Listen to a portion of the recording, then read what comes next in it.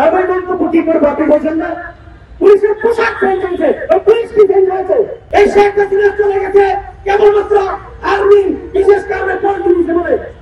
Army যদি পল্টন নিত তাহলে শেখ হাসিনাকে সরানোর কেন ছিল না? ওনারা আপিল করার কোনো সুযোগ নেই। আমি মানলাম যে 30 দিনের মধ্যে যদি তিনি আপিল না করেন তাহলে আপিল করার কোনো সুযোগ নেই। আর তিনি যেহেতু 30 দিনের মধ্যে বাংলাদেশে ঢোকার বা আসার কোনো সম্ভাবনা নাই, তার মানে আপিল করতে পারবেন না এবং তিনি শেষ পর্যন্ত তার ওই রায়টা বহাল থাকবে। এটা খুব আইনের কথা, খুব ভালো কথা। কিন্তু আইন মানলে তার গাছ, না মানলে দুর্গা গাছ। বাস্তবতা হচ্ছে তিনি আপনার কাছে আপিল করার জন্য বসে নেন। তিনি সুযোগ খুঁজছেন যে তার দাদাদের শক্তি নিয়ে এই দেশের টোটাল গণেশটাই উঠে দেওয়ার সুযোগ তিনি করছেন। এবং গণেশ উঠে দেওয়ার মতো যে পরিবেশ, যে বাস্তবতা, সেটা কিন্তু বাংলাদেশে সত্যি সত্যি আছে।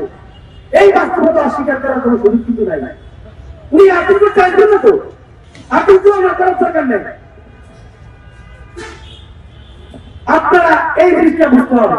অনেকে গতকালকে একটা ফেসবুকে দেখলাম যে পোস্ট ভাইরাল হয়ে গেছে যে এই রায়ে এটা হয়েছে, সেটা হয়েছে, এটা হবে, সেটা হবে, নানান কথাবার্তা। আমার কথা হচ্ছে এখানে আইনি কোন প্রক্রিয়ায় উনি কি জীবনে আসবে এই বাস্তবতায়? আপনারা আসল কথা বলেন। এই রায় বাস্তবায়নের জন্য কার্যকর করার জন্য রাষ্ট্র কি ভিড় কিনা সেই প্রশ্ন তোলেন।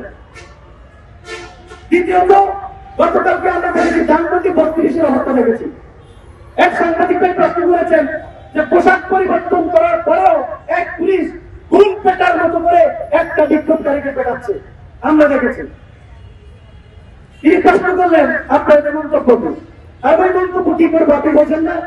পুলিশের পোশাক চেঞ্জ হয়েছে, পুলিশ কি চেঞ্জ হয়েছে? আমরা জুলাই মাস থেকে উপদেষ্টাদেরকে স্পষ্ট করে স্মারকলিপি পর্যন্ত দিয়েছি।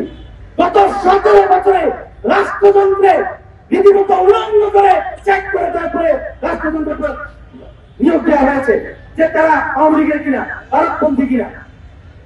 কেউ যদি প্যাসেঞ্জের বিপক্ষে ছিল সে হল করতে পারে নাই, কেউ যদি প্যাসেঞ্জের বিপক্ষে ছিল সে রাতে ঘুরতে পারে নাই, তারা ঠিকানা তুলেছে।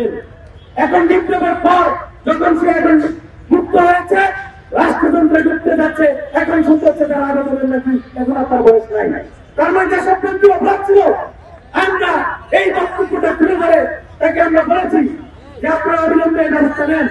যে যারা গত 17 বছর ধরে যোগ্যতা থাকা সত্ত্বেও যারা রাষ্ট্রযন্ত্রে ঢুকতে পারে নাই, শুধুমাত্র প্যাসেঞ্জের বিপক্ষে ছিল এই কারণে, তাদেরকে আপনারা বিশেষ আইন করে রাষ্ট্রযন্ত্রে ঢোকান, পুলিশ বাহিনীতে ঢোকান, সেনাবাহিনীতে ঢোকান, ম্যাজিস্ট্রেট বানান, রাষ্ট্রযন্ত্রে ঢোকান, সচিবালয়ে ঢোকান। তারা আমাদের কথা শুনে না। তারা কেন শুনবে? আপনারা জানেন না এই শেখ হাসিনা চলে গেছে কেবলমাত্র আর্মি বিশেষ কারণে পল্টন দিতে বলে।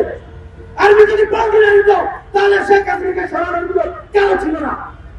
আর্মি কখন পল্টন দিতে জানেন?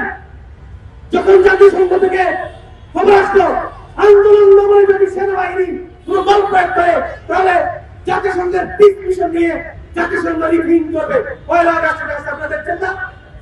যখন এই ঘোষণা আসলো তারা জানে যে সেনাবাহিনীর যে সাধারণ সৈনিক তাদের একটা স্বপ্ন থাকে যে তারা পিস মিশনে গিয়ে বারবন্ধ কামাবে, এটাই তাদের স্বপ্ন থাকে।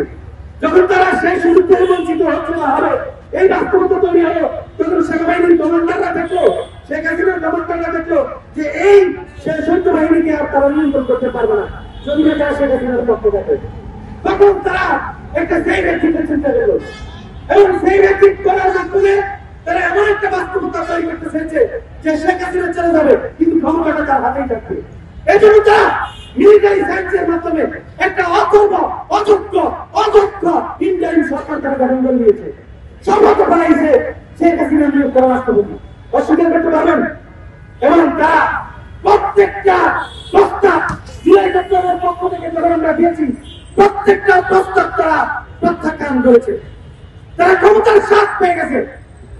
আপনারা অবাক করেন জুলাই চট্টগ্রাম দিয়ে কতিপয় এই বিভিন্ন সচিব, আমরা ডিসিএসপি এদেরকে নিয়োগ বদলি এসব করে 1 লাখের প্রতিশ্রুতি দিয়ে কোটি কোটি টাকা কামিয়েছে, অসংখ্য নদী হয়েছে। প্রত্যেকটা সংবাদ সম্মেলনে আমি একটা জনযন্ত্র প্রমাণ দিয়েছি যে বাণিজ্য সচিব 35 কোটি টাকা দিয়ে যে নিয়োগ দিয়েছে, মানে ওইখানে সে পদে বসেছে, এটা সবাই দেখেছেন। এই যে আমি বলেছি, কেউ কি আমাকে জিজ্ঞেস করছে যে এই কথা আপনি কেন বললেন, তার মানে এটা প্রমাণিত, তারা জানে কেসও ঘুরতে গেলে সাপ বেরিয়ে আসবে।